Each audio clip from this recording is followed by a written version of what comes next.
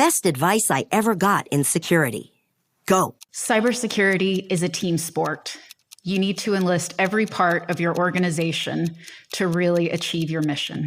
From legal to engineering, from privacy to digital, across the whole organization, you got to play together. You're listening to CISO Series Podcast, recorded in front of a live audience in Las Vegas.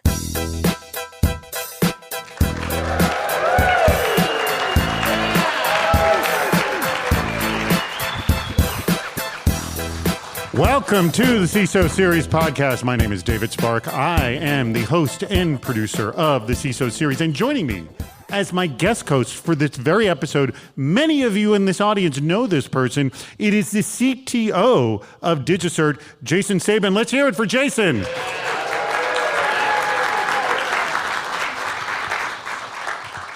We are available at CISOseries.com, and our sponsor, this is going to come as a shock to many of you, it's DigiCert. Aren't they awesome? Let's hear it for DigiCert.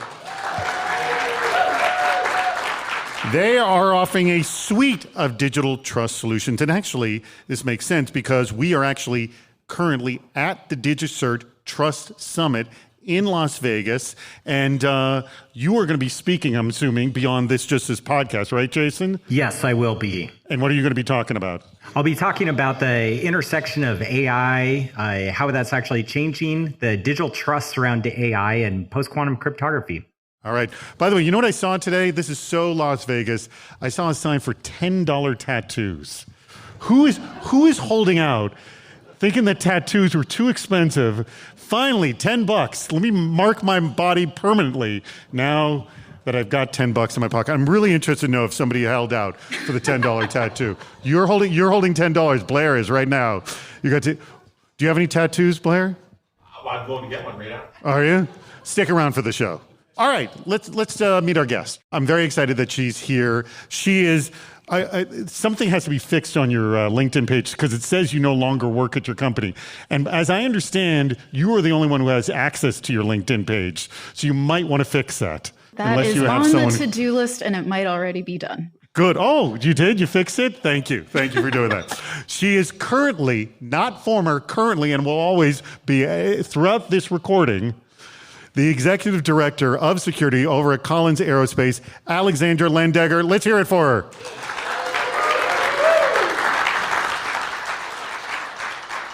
Really excited to be here and looking forward to the conversation. How can we align different departments' objectives? So we all know that cyber attacks are a matter of when, not if. And a good security program takes this into account with incident response plans. And this should extend into all aspects of the business. But what about the legal fallout that can occur afterwards? So as Beth Bergen-Waller pointed out in a piece in Dark Reading, organizations need to be ready for cyber insurance companies looking at previously put in place security controls. Also, the need to meet audit requirements and figuring out which customers and regulatory bodies to notify in the event of lost data. Not to mention organizations attempting to pay ransoms, clearing funds through the Office of Foreign Asset Control, or OFAC. So, when drawing up an incident response, Jason, how does the security team work with legal beforehand to address these issues? It's definitely one of the interesting parts because oftentimes you go, legal, yawn. Let's not talk about this with CISOs. But it's actually a very critical and important topic to talk about. That in there, you need to focus on one of the key areas is cybersecurity insurance. And what are you going to do in the case of a breach? You need to go through your incident response plans to verify that those IRPs are all set up. And you actually have that created, and so you can practice it. Because you don't want all that chaos that's associated with a breach happening during the breach. You want that chaos to kind of be removed from the factor. Do you have a happy relationship with your legal team, Alexandra? I love my legal team. Actually just wished my general counsel a happy birthday yesterday. So we're pals. All right, good. That's good to hear. All right, so walk me through, I got to assume that tabletop exercises is a process here that you get the legal team involved, yes? Yes, absolutely. Tabletops are key. And really, there's a few different layers. Most companies will involve their lawyers in their internal tabletops. Let's simulate an incident within our enterprise. What I haven't seen as many companies do is involve their lawyers in the external tabletops. And that's what we're talking about here. Bonus points. If you involve them when you do your ISAC tabletops, if you participate in Cyberstorm, if you work with your suppliers on a tabletop, your customers. It's a great way to build customer trust by running through these things in advance and really bringing your legal team along for the journey. And as part of Collins and the broader RTX business, your point around some of the government organizations that we need to interact with throughout all of this, that is why my lawyers are number one on my speed dial. So let me add this. So we had David Ring with the FBI on a show, and I didn't realize this, but you can get the FBI to come join you in a tabletop exercise. Have you done that before? Yes, I've been part of some of those. Yes, also with us. All right. So what has been the benefit of getting the FBI involved early on? Because I'm assuming they can give you insight that you just don't know, yes? Absolutely. There's a couple of things. One is having the relationship before you need it. Makes it a lot easier. Yes. You know, it's about the planning, not about the plan.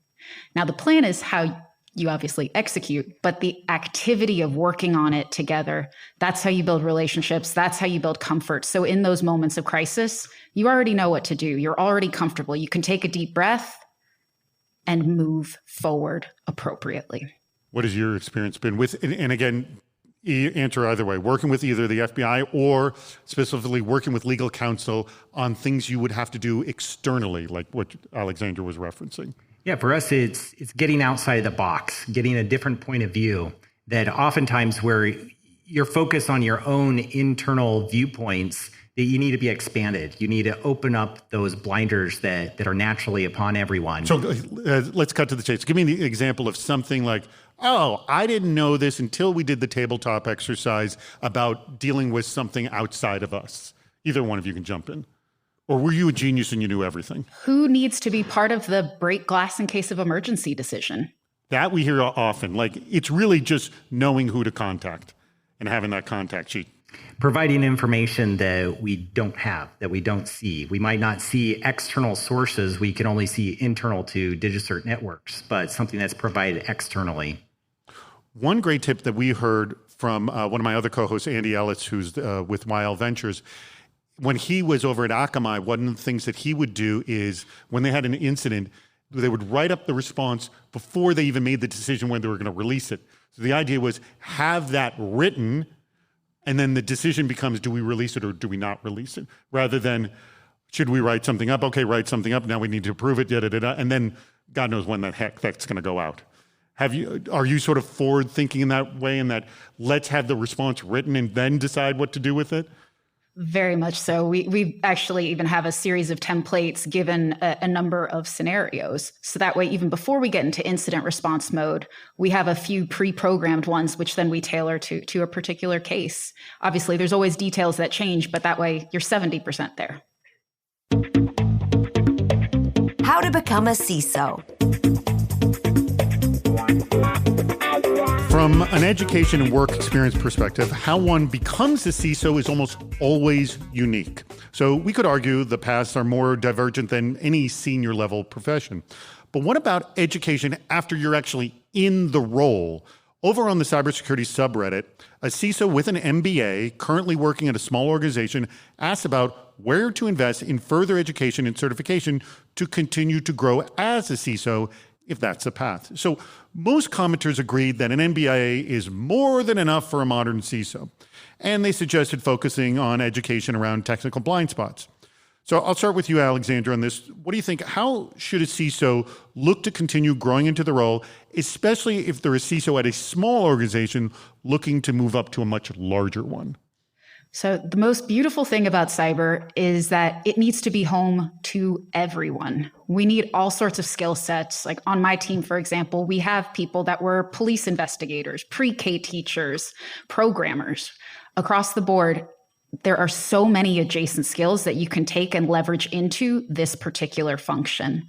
Now, the question around how you go from pre-K teacher all of a sudden to CISO might seem a little bit like a head scratcher, but being able to communicate complicated topics to kids and their parents takes a real skill set. Now, if that's what you bring to the table, know your limits. What else do you now need to be successful in your organization or build your credibility into other organizations and potentially growing your opportunities? I became CISO at Collins when I was 31. And I laughed when I first got the job offer. I did not realize it was serious. I had complete and total imposter syndrome. And after calling up a few CISO friends, and they said, Alexandra, how many boards of directors have you briefed? How many millions of dollars have you won for cyber programs across this industry? How many people have you led to drive big programs? How many this, how many that? Ask yourself those questions. What are the gaps that you have? Know how you learn and fill those gaps with that particular way that you learn. Very good advice. Jason, what would your advice? Again, this person, they're at a small organization, they're CISO, they have the MBA, but they want to move on. Yeah, for me, I definitely came from a non-traditional route. I started out as a 80s kid who learned from an Atari computer and knew I was going down the engineering track. At DigiCert, I ended up switching over from an engineering role over into a CISO role, back over to CIO, and now CTO. And so kind of hitting all these major technical components at the executive level. Do you need CFO now? I think I'll hold off on that one. Okay.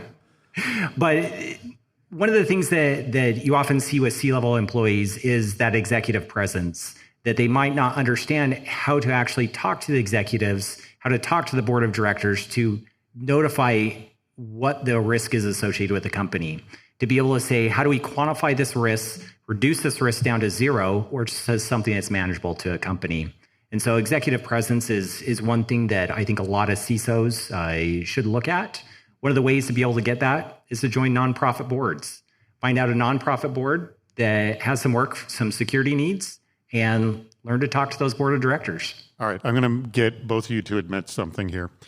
I love both of your answers. Nonprofit boards, finding gaps. I'm interested to know, what gap do you think you have in your CISO capabilities that you are looking to fill yourself? Both of you, I want you to answer this one. Go ahead, Jason. More budget skills. More skills on how to get budget? How to creatively get budget. Okay. As a CTO, you often can get budgets very easily. As a CISO, it's difficult. Yeah, formerly as a consultant, I was very good at getting the budget stuff sorted. So at least I have that background. But it's very different working in-house versus from the outside. The thing that I'm most focused on right now, and I've been doing some mentoring with my own architecture team, is there are a couple of specific technical topics where I'm realizing I don't always know what questions to be asking my team. You don't always need to know the answers, but as CISO, you need to know what questions to ask to cut through the BS. And I literally carry around a card that says BS, and I hold it up on my Zoom calls with my team when I realize that they are BSing me. Is that the actual card you hold up? Because it's like it's nicely a used colored. up envelope, and it's just an envelope. Yep. You could actually put it on a card. I could, but and I haven't bet you yet. have a printer that could print that up for you, too. One of these days I'll make a beautiful one, but not yet. Who's our sponsor this week? You know our sponsor, everyone in this room. I'm hoping the audience that's listening soon learns about them too. It's DigiCert. Now, the connected world only works if it's built on a foundation of trust. We know this. And the more connected we become in our homes and cars and businesses and bank accounts and elections and health, the more important it is that the foundation that makes it possible is strong, scalable, and resilient, especially given the headlines of today. From generative AI to quantum computing to software supply chain attacks to the massive proliferation of devices and businesses and even our personal lives. Every advancement creates new challenges and new applications for digital trust. That's what DigiCert does. Their mission is to deliver digital trust for the real world, which means building solutions that have a tangible daily impact for their customers and their customers' customers. Now, to learn more, well, you got to go to their website.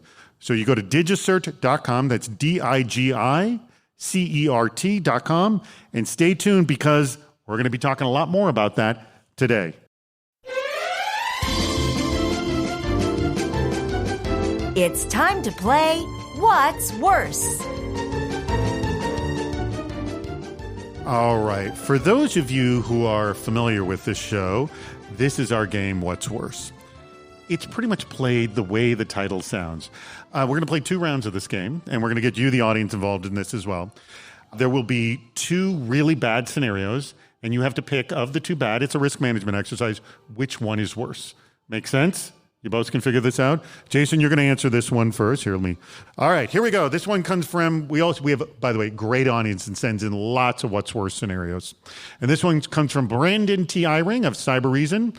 All right, here's the setup. You're a manufacturing company. One of your organization's key supply chain partners experiences a ransomware attack. Okay, which of these 2 scenarios is worse? Scenario number 1, you learn they're not going to pay any ransom and their operations will be down for at least a week, if not more. Again, they're a key supply chain. Scenario number 2, you learn they did have a ransomware incident last month, they did not report it, and they paid the ransom. Which one's worse? Number 2, the transparency is key for any supply chain. You've got to have that transparency there. Would you say it's based on trust here? Is that trust? Alexandra's nodding her head. Oh, yeah, that was exactly where I was headed. So the idea being, I'm going to get your full answer, but I just want to get the complete answer from you, Jason, is that it's okay if they're down for a week or more. It disrupts your operations. You may lose a ton of money.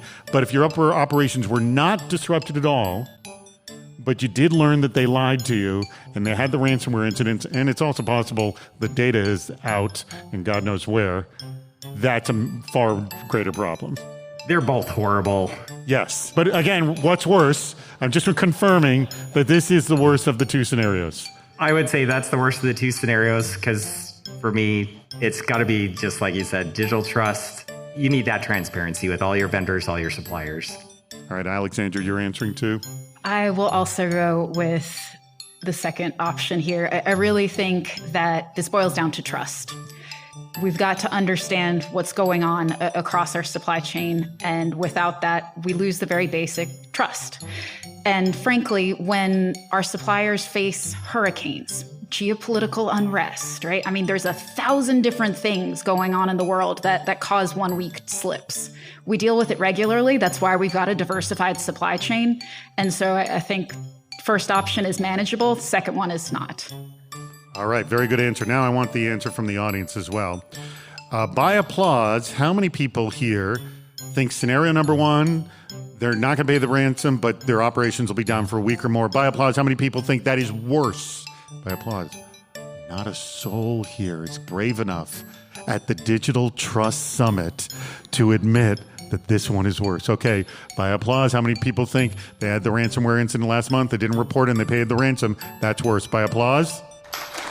All right.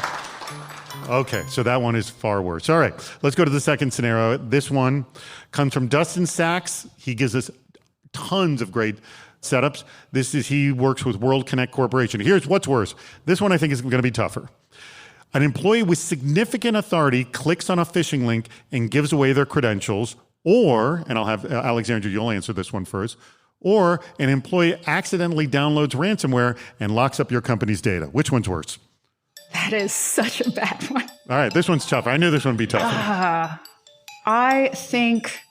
Also, you can think about the fallout of all of this. I think the ransomware piece is probably worse in that the speed of impact is insurmountable. Whereas, certainly the brand reputation with a highly credentialed person giving away their passwords is not great. I think at least you've got a moment to take a beat and figure out how to mitigate the impact. But again, in the first scenario, that person, once they gave away their credentials, that malicious hacker is now going anywhere at that point. Yeah, and so it could be worse than even ransomware. We do tend to keep people focused on the scope of their jobs. Now, that's still, if you're talking CFO, if you're talking president, man, significant credentials. It can be ugly. But again, so it's is not that uglier 6 than minutes ransomware? to affect 70,000 PCs and shut down our manufacturing operations for weeks on end, like we've seen with other instances. So you think the ransomware is definitely worse than that? From a destruction and direct impact to bottom line, I hate it, but yes. Okay. Yeah, well, neither one's good. You don't like them. All right. Jason, same thing. Which one's worse between the two of these? Again, they're both so horrible. It's like shutting down 70,000 machines and halting all your operations, halting the revenue of the company versus your CFO.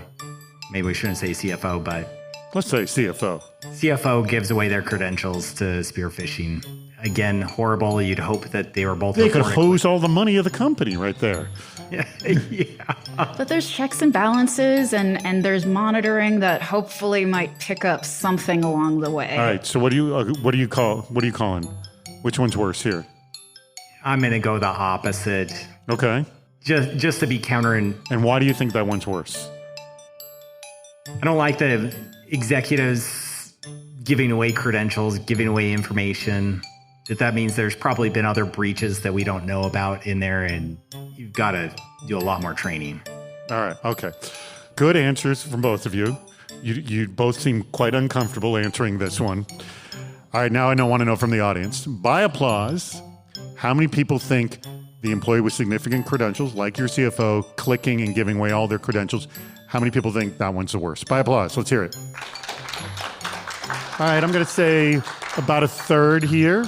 And by applause, how many people think the ransomware and locking up company data is worse? Little bit higher. All right. You quote win, Alexandra. Nobody won in that one. Pay attention. It's security awareness training time. What do you want out of your acceptable use policy? Now, every company has one, but they have been getting a lot more attention now that everyone's updating them for generative AI. So in a piece on CSO Online, Von Himmelsbach argues that these shouldn't create user resentment. Again, I'm talking about the acceptable use policy. They shouldn't create user resentment, fear, or apathy. After all, these policies are meant to inform users, but usually are written in an impenetrable legalese. So this can be great for legal liability, but not for actually influencing behavior. So who is this for? Is it for the legal team or is it for your users or user base? So since these need to be updated for the new AI tools, it's the right time to ask. I'll start with you, Jason. How can we change up acceptable use policies, or AUPs, to encourage compliance? Making them so you can actually read them like a human. I think that often these policies are either written by a legal team or by a security team, that they're just trying to push a very specific agenda, that it needs to be written in a way that anyone can read it. They know exactly what's being asked for and how to handle the situation. I think that's spot on. Concise, precise, actionable. One of the best examples I've seen of this is you take your acceptable use policy and you flip it into a very simple document. Be, know, do. Be vigilant. Be skeptical. Know this, know that. Do this, do that. Really simple, plain English. If it takes more than one page, you've done it wrong. Have you actually boiled down your acceptable use policy to one page? We are just going through approvals right now. Oh, here's what I want to know. What was the length of it when you started? It must have been like 17 pages. 17 pages down to one. Yeah. Yep. I'm impressed. One of my favorite college classes was about taking 50 into one paragraph. So it's a useful skill. You didn't create 2-point type. It's actual readable, size right? 11. It is single space. Okay, but, all right. Cool. I'm impressed. So give me an idea. What was, quote, the fat? Or do you actually have 2 layers of your acceptable use policy? This is the one everybody reads, and then this is the version the legal team has to cover their butt. Click through that nobody clicks through. You have that? You have a double layer? Yeah, there's definitely some double layers. The way ours is structured also is there's for your standard users, and then there's different role types. And so to have a single tear sheet by different role type becomes really doable. If you're a system owner, here's 3 extra things you need to consider. If you're just a standard employee, here's your base page. And creating those tear sheets, making it super simple by role, by country, by whatever it is where you have different needs, that's what makes it really actionable.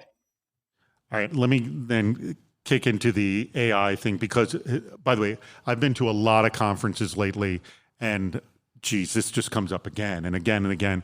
And I'll brutally say nobody has the right answer. Like nobody has answers, period, in general. How are you addressing AI, Jason?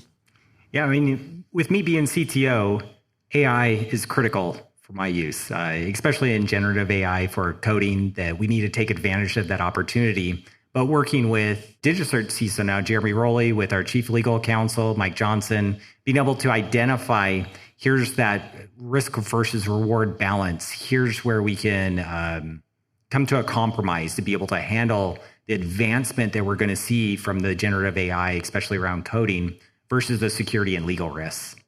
We've been hearing a lot of sides on this, and fortunately, a very low percentage of companies are flat out banning AI. They're getting smart about that because they realize this has never worked in the past. But there are some really huge companies that are just like, we don't know what to deal with. We have to ban it, I guess, temporarily, run into it. How are you addressing it? So really, we see two sides of the coin. There is AI for security, which I'm really excited about. And then there's security for AI. How do we make sure that we have made it easy for our entire employee population to access the benefits of these tools without putting our company, without putting our data at risk? One of the things I've chatted with a number of CISOs across industry about is basically many of us are putting sort of a wrapper around these tools, which automatically searches through whatever people are putting into them to understand, is this sensitive information that should not leave our borders? How could this be used? Is this now going into a product? So how is this working? So literally, you're like searching, like if I accidentally start putting social security numbers and credit card numbers in, it will do a pre-scan and go, all right, this can't go out. If this matches data that is formed with particular tags, proprietary, FOUO, any of that type of a thing, then it will automatically come back with a prompt saying, try again. This data does not work. It must stay internal to the company. And you already have that in place? I know a couple of companies that do. I'm impressed. I'm way impressed. We are very because proud of it. This is kind of the hot thing. Although, and I brought this up many times, Sunil Yu, who we've had on this show before, he has this whole theory of the CISO being the CFO for IP. So the idea is the CFO's job is to spend money of the company judiciously to get more value back. And the idea of the CISO, same way, treats IP that way, that they spend IP judiciously to get value back from this. Have you looked at like, well, how can we start spending, again, not things that would get us in trouble, but like, oh, there's things that have smaller value that maybe we can get something better back for it. Have you looked at it this way, either of you? So one of the great things that we can do as cyber professionals is not just be a red on the P&L sheet, but actually add value back in. One of the examples was from an automaker that I used to do work with as a consultant. And as we were parsing through trying to create this sort of asset inventory. So when there was a vehicle cyber attack, how do we find and notify owners of those vehicles? We basically took all these different spreadsheets, all these different sources, and then we realized, oh, wait a second, this company also does safety recalls, which currently take 12 to 16 weeks. And because of what we just did in cyber, they can now do it in a matter of minutes. Adding that value while also achieving your cyber mission, that's magic. And that's how you get continued investment in your program. What we find at DigiCert is we have a lot of companies that are approaching us to say, we have these AI issues. We have LLMs coming in, being utilized to go train systems to be able to do advanced topics. And a lot of those customers are asking us, how can I implement some type of digital trust? How do I build some security around that? Using some type of signing at the pre-process of it to be able to inject that information inside of your large language model. And so we found quite a few different unique situations with customers that are looking to solve these problems, from something simple to something very, very complex. And so it's definitely something on the forefront that we're looking at and investigating. How scared should we be? Is it time now? Is post-quantum cryptography about to become real? Now, we've heard about how the advent of practical quantum computing will break traditional elliptical curve encryption, but that always seems to be so far into the future. It came closer to home when NIST released its post-quantum cryptography framework earlier this year. More recently, we're starting to see post-quantum preparation in privacy-focused products, notably in the encrypted messaging app Signal that I have on my phone. So I'll start with you, Jason. So if post-quantum cryptography is already enabled on a consumer product, what's a CISO to do next? Yep, PQC is here. And right now, we have post-quantum cryptography that is available. We are still going through the standards of that, but CISOs today, they need to do two things. First one is inventory assets, identifying each and every single cryptographic assets. Now, often people just focus on your TLS servers, your web servers, your domain servers, but it's a lot more than that when you think about cryptography. Cryptography is going to get down into documents. Every single document is signed by RSA or ECC. Various different objects. The code itself is all signed using cryptography. And you need to be prepared for each one of those. You need to look at all your user objects. That it's unbelievable how much cryptography is actually in your systems. And you need to get that inventory of all of it to identify what's the process. Second one is going to be crypto agility. How do you be prepared to quickly swap that out? Because we're still working through the standards, working with NIST and quite a few other companies. And that's coming and it's getting very close. But we need that seems like the top issue, the crypto agility. I never heard that term. I like that term. Crypto. You're nodding your head, Alexandra. I think it's a great term. I'm coining it and stealing it. So just very briefly, I can just say from the CISOs I've talked to, it doesn't seem like anybody's got a plan in place. But the crypto agility of like, if I don't have a plan, but can I just have a plan of how to get this out when I do have an option? So I think your first point about understanding your inventory is absolutely step one. I mean, at Collins, we make everything from spacesuits to different components on the F-16 to the toilets on an airplane. These programs last decades. And there's data supporting every single one of them. There's connectivity supporting an increasing number of them. So knowing what's about to come and hit us in the next 2, 3, 5, 10 years, how do we make sure that we have the right understanding now to enable ourselves to be agile later on? So, but it's interesting. It is a two-part thing because being agile, of being able to swap things out without knowing what you have, you're definitely going to miss something. Yeah, it's definitely, when people think about post-quantum cryptography, they're saying Spinix, Falcom, Dilithium. I don't even know what all this means. That a lot of people just get confused, they get scared, but really it's just a simple focus. Inventory, have it be able to swap it out. And so here, let's isolate that a little bit. So what's a process of knowing where your cryptography lies? I mean, how do you discover that?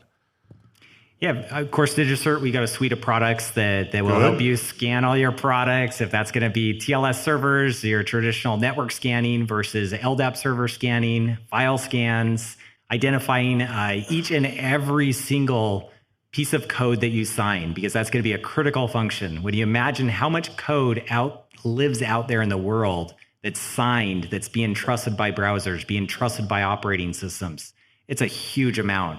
Especially when you start breaking that down into IoT devices, into medical devices, inside of manufacturing software or manufacturing devices. You have a large amount of code that's being generated via private trust or public trust that is just critical. And all of that could break very quickly, and you want to be prepared. Okay.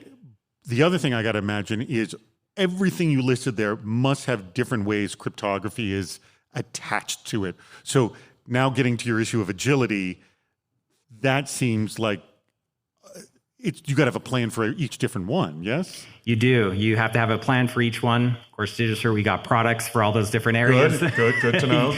Servers, users, objects, documents, DevOps processes. Have you experimented with this? Like, have you taken thinking, like, just done some like hot swapping, or like what does it look like? Yes, and so we do have a PQC Labs. For this group live, it'll be announced tomorrow. But for those listening, it'll already be out. It'll be old news by then. We'll have a PQC Labs that you'll be able to log in to be able to gain access to this, to be able to do code signing, to generate root certificates of private trust, to be able to create user objects, client objects, TLS certificates, and being able to test that. Oh, I actually did have a question from an audience member, from Richard Kisley of IBM, who, and I'll throw this to both of you, either one of you can answer this, because it had to do with quantum computing. Specifically, how do you believe quantum computing is impacting or going to impact code signing, so the validation of code? It'll be broken. It'll be broken. The codes will be broken. The code can no longer be trusted. If a code has been signed by a post-quantum or a PQC vulnerable algorithm, it's broken. That code can be swapped out, all the validation is gone, and so you need to go back and it needs to be signed again. One of the solutions is you have to have bulk signing to be able to sign a massive amount of it. And so there's different ways that you can do that. Traditionally, you can just do a second signing on top of that. So then you have that capability to be able to protect it with a PQC signing. It's time for the audience question speed round. All right, we have just a few minutes left in the show. I wanted some quick answers on a bunch of questions I have here from the audience. They do not know these questions. So either one of you jump in. You don't both have to answer either one. Here we go. This one comes from Armando Dacal from DigiCert. Describe, just one little aspect, the best experience you've ever had with a security vendor. Actually, I'll throw that to you. The best experience I've had with a security vendor was a whiskey tasting while they gave us a pitch. All right, we'll leave it at that. Okay, Ramesh Nudi of Acme Tech asked this one. Either one of you answer this. How has the uptick in remote work most changed your job as a security professional or CTO? I think that it's getting creative. The capability to get creative in how you perform work is a lot easier. Previously, remote workers were kind of pushed off to the side, and now it's very embraced. I mean, it's changed the scale of remote access that we have to be managing. Obviously, it's sort of piece one, but I do think the way that we're working is absolutely another element. We used to have a fusion center in person, all of our analysts sitting next to our threat intel, sitting next to our detection, sitting next to HUT, and just having everyone in a room together, you can accomplish a lot. Now, how do you create that same collaboration, the same 5-second exchanges? It goes away. And so we've had to get very creative on how we build that agile exchange. From Christian de Villiers of DigiCert, what role can PKI play to mitigate the threat of Gen AI misinformation? Do you believe PKI can help in this way? Jason?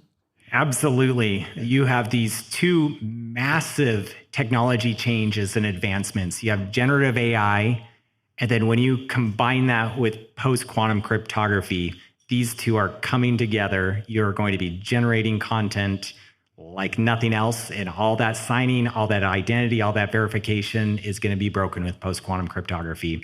And so you're going to see a massive spike in that. And we need to be prepared for that to implement those PQC algorithms, implement all that signing and identity injection with it. All right. This comes from Robert Vogt, also of DigiCert. What's one thing you've done to increase cognitive diversity in your organization? So it could be diversity or cognitive diversity. So you could be educating the staff that's already there to create diversity or bringing in diversity. Either one. So I have mandated a couple of changes on my team. I know I'm only allowed one, but this is one program that we implemented. Step one, when you write a job rec, have 3 people that don't look like you review the job rec. Step two, when you have your interview panel, have 3 people that don't look like you, both interviewing and also as interviewers. Last step of this program, I only ask my team one question when they issue a hiring offer. What unique value will this person add to the team? Can be anything from he's a single dad and his 2 daughters are in STEM programs. He's super passionate about driving everyone into this space. The answer can be she worked in financial services. We don't have anybody with that background. Anything in between, but valuing what makes people unique makes cyber feel home to everyone. For me, looking at the data, understanding where's the diversity, how are things broken up, and recognizing that you need to do better. and figuring out how to do that, attending women in tech conferences, attending any type of DEI programs to understand where the gaps and the blinders are that you have. All right, very last question. This comes from Gwen Knudsen, also of DigiCert. Is there a piece of vendor marketing collateral you've actually responded to? You see the collateral, it's like, oh, I want to follow up on this. Or either you saw something, you read something, dig deep. Anything.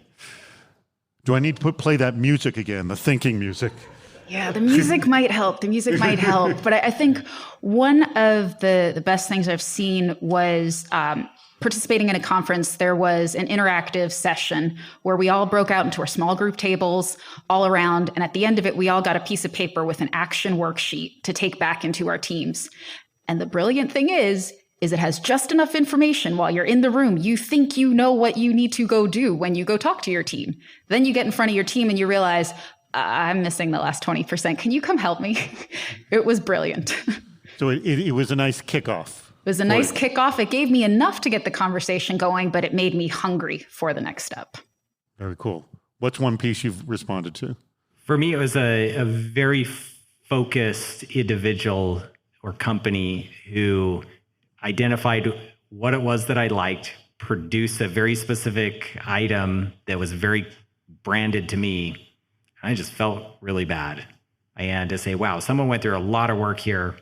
I'll reach out to them. And just you make should a feel valued, not bad. So it worked to be bad and sympathetic? You were just sympathetic to the whole thing?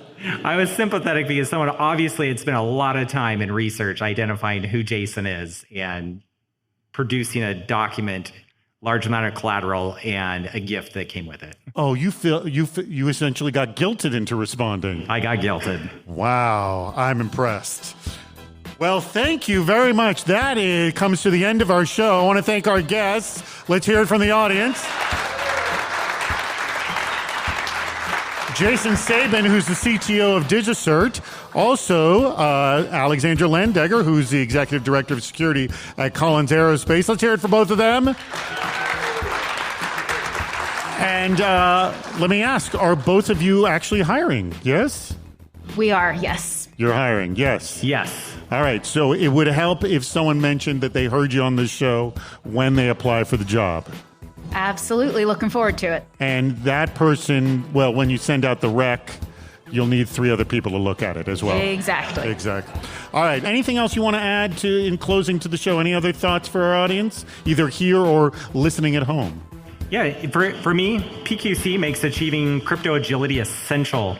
That people and companies that they need to identify what those cryptographic assets are, start inventorying them, and being prepared for the crypto agility that's needed.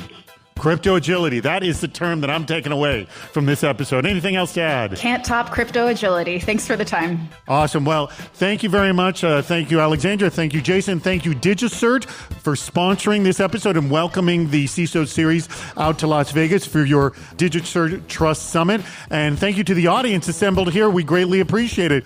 We appreciate you contributing and listening to the CISO series podcast.